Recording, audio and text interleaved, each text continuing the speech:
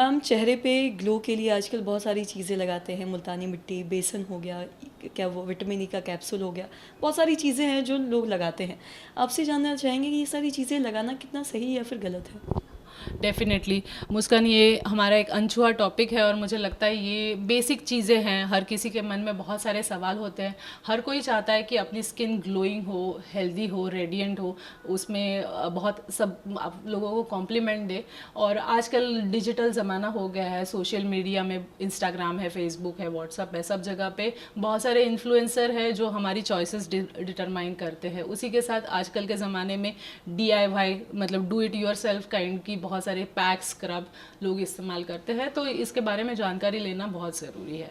देखिए, पहले तो कोई भी जो हमने पहले भी डिस्कस किया है कि स्किन केयर का जो रूटीन है, फेस वॉश, मॉइस्चराइजर, सनस्क्रीन, ये बहुत ज़्यादा ज़रूरी है। स्किन का एक pH रहता है, मतलब उसकी एक केमिकल वैल्यू रहती है। बहुत बार हम ऐसी चीज़ें इस्तेमाल करते हैं कि हर चीज़ जो हम यूज़ करते हैं वो एक तरीके का केमिकल है, तो उसका एक pH रहता है। कभी वो स्किन के pH से ज़्यादा हाई हो सकता है, मतलब एसिडिक हो सकता है, या बहुत ज़्यादा बड़ा हुआ हो सकता, सॉरी, लो हो सकता है या हाई हो सकता है। जब pH कम होता है तो उसे हम एसिडिक बोलते हैं, और जो pH ज़्यादा होता है तो हम उसको अल्कलाइन बोलते हैं। तो जो एसिड्स है बेसिकली, जैसे नींबू का रस है, वो एक तरीके का एसिड है, तो ये आपके स्किन को इरिटेट कर सकता है, सूरज के रोशनी के लिए सेंसिटिव बना सकता है। जैसे कुछ लोग बेकिंग सोडा इस्तेमाल करते हैं, वो एक तरीके की अल्कली है, तो उसके वजह से भी स्किन को इरिटेशन हो सकता है। विनेगर यूज़ करते हैं, वो एक तरीके का एसिड है।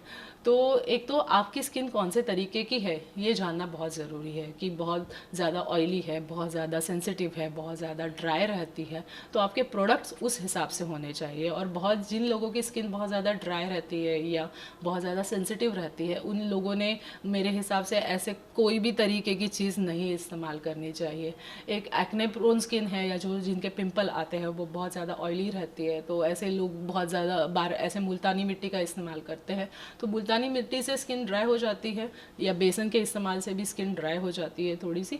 तो एक्ने प्रोन लोग कभी कभी इसका इस्तेमाल कर सकते हैं, बट कोई भी चीज़ ओवरडू करना या बहुत ज़्यादा करना अवॉइड करना चाहिए। उसके साथ एक चीज़ है कि अगर आप एक्ने के लिए मेडिसिन ले रहे हो या ट्रीटमेंट ले रहे हो, तो उससे स्किन सेंसिटिव हो जाती है। तो अगर आप कोई भी तरीके के ट्रीटमेंट ले रहे हो, तो आपने ऐसी घरेलू चीज़ों का इस्तेमाल नहीं करना चाहिए, क्योंकि रिएक्शंस होने के चांसेस बहुत ज़्यादा होते हैं, और ऐसे चीज़ में हम पता करना मुश्किल हो जाता है कि रिएक्शन एग्जैक्टली किस चीज़ के लिए वजह से हो रहा है। बहुत लोग टूथपेस्ट का इस्तेमाल करते हैं पिंपल पे लगाने के लिए, तो वो भी एक सही चीज़ नहीं है। आपने जैसे इसके साथ बताया कि बेसन का इस्तेमाल होता है, तो बेसन जो है वो भी ड्राई करता है। तो अगर आपकी स्किन सेंसिटिव है या पहले से ही ड्राई है, तो ऐसे लोगों ने इसका इस्तेमाल नहीं करना चाहिए। जैसे जैसे हमारी उम्र बढ़ती जाती है, स्किन में चेंजेस हो जाते हैं, और उसकी वजह से स्किन ड्राई होती जाती है। तो इन सब चीज़ों में देन ऐसी इरिटेंट चीज़ें अवॉइड करना सबसे ज़्यादा सही रहेगा। और जो चीज़ें खाने के लिए बनी है मोस्टली, जैसे अलग अलग तरीके के फल है, वेजिटेबल्स है, डिफरेंट डिफरेंट कलर्स के और सीजन में आने वाले, पानी ज़्यादा पीना, इन सब चीज़ों से अंदरूनी बेनिफिट आपको बहुत ज़्यादा होगा, और उसको खाने में इस्तेमाल कीजिए। बाकी विटामिन ई की कैप्सूल है जो कॉमनली लोग फोड़ के चेहरे पे लगाते हैं। तो बेसिकली क्या होता है, हमें जो स्किन में लगाने वाले जो प्रोडक्ट है वो अलग अलग फॉर्मुलेशंस में आते हैं, जैसे लोशन है, क्रीम है, जेल है, सीरम्स है। तो वो मतलब बहुत सारी फार्मास्यूटिकल कंपनी इस पे बहुत सारे पैसे खर्च करती है, रिसर्च करती है, और उसके बाद ट्रायल्स लेके देन ऐसे प्रोडक्ट्स मार्केट में आते हैं।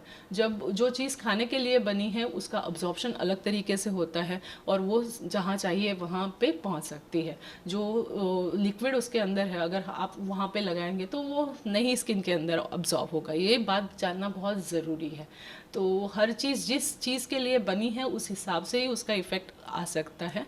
और आपके स्किन के साथ प्रयोग ना करें, क्योंकि ये प्रयोग करने से कभी कभी उसके एडवर्स इफ़ेक्ट भी बहुत ज़्यादा हमने देखे हैं। तो कोई भी चीज़ यूज़ करने से पहले आपके स्किन का कंसर्न क्या है, आप किस चीज़ के लिए यूज़ कर रहे हैं, और आप उसके साथ क्या क्या चीज़ें यूज़ कर रहे हैं, इसके बारे में जानना बहुत ज़्यादा ज़रूरी है। बहुत बार लोग सॉल्ट या शुगर भी यूज़ करते हैं, स्क्रब्स यूज़ करते हैं, तो उतने ज़्यादा एक्सफोलिएशन की आपके शरीर को ज़रूरत नहीं होती है। ये सारी चीज़ें आपके स्किन को सेंसिटिव बना सकती है।